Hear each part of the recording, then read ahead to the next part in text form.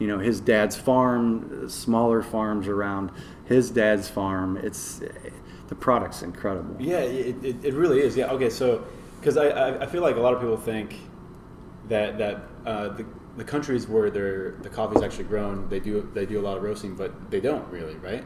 A lot of times it's just grown. I would say that at the beginning of my journey. Okay. But actually now we do have a roaster. So there's a Minas Espresso Brazil. Okay. That they just fired up. And this is why. So Yeah. Wow. Bruno actually took me to Brazil June of last year. So I actually got to harvest coffee off the trees.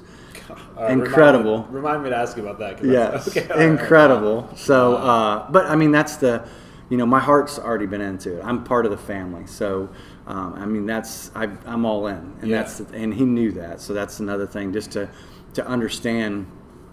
So many coffee companies, you add the sugar, you over roast, and that's the thing that we don't do. We don't push it too far, because if you do push the bean too far, then you're going to lose that.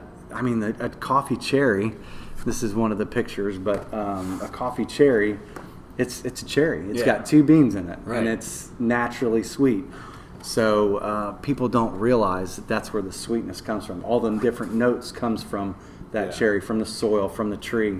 So everything that goes into it. I mean, they pick their farm by hand, and I have a video I can show you later. But they pick everything by hand. How big of a? It's 120 acres. It's got 66,000 trees. So okay, now that's a lot, right? I mean, I really don't know. So we went to another farm. I don't know the acreage on it, but it had 330,000 trees. Okay. But they actually have a machine that it's everybody I've shown the picture to. They refer to it like a pecan shaker in the U.S. Got it. So it goes over the trees, and it has tines, and it just shakes. Okay. The tree, and then it goes into the unit, and then it just goes. It doesn't hurt the tree, which is crazy. But that's how they harvest. But one of the reasons, people asked me the other day, because I was sharing the story, they said, why don't they have equipment? Number one, it's expensive. A lot of things, $300,000 or $400,000, to get something like that. Okay.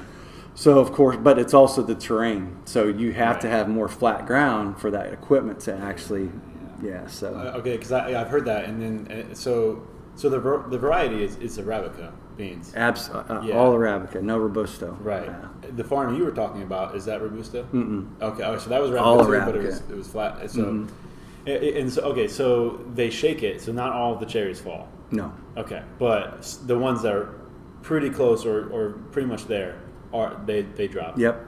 But with hand picking, like what's the difference with hand picking and what? So, I mean, a lot of times Bruno always referred it to, like the top of the tree is going to be a lot of times the Brazilian sun, especially, there's a time that's 100 plus for a month.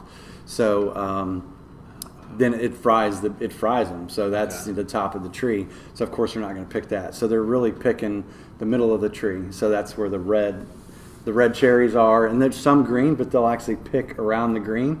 So then they'll actually come back later once they're ripe, and then they'll pick those as well too. So this is okay. All right. So how long were you there when you visited? Just about a week. Okay. So I mean, so did you get to see? Yeah, you know what? On the farming side, I know very little. So if I ask stupid questions, no, you're fine. Yeah. But okay, so I mean, obviously, just like anything that you're farming, there's a harvest season and there's growing season. So, okay, so for the harvest season, I mean, how long does it last to where they go back and continue? Well, it just depends on the size of the farm. Yeah, so okay. and the amount of farmers. So Bruno has his dad, but they also hire other farmers that are local. Cool. There's another. So some farmers will actually have. I mean, somebody says, "Oh, come see my farm." Well, their farm may be 6 trees. On a farm, a bigger farm. So that's where you see those micro lots and stuff like that. So it may be like Carlinhos is one of the younger farmers that you'll see on our farm. So he has like his own section of his grandpa's farm that's connected to Bruno's dad's farm. God. It's really cool. Wow. So, but everybody's connected. Okay. So, okay.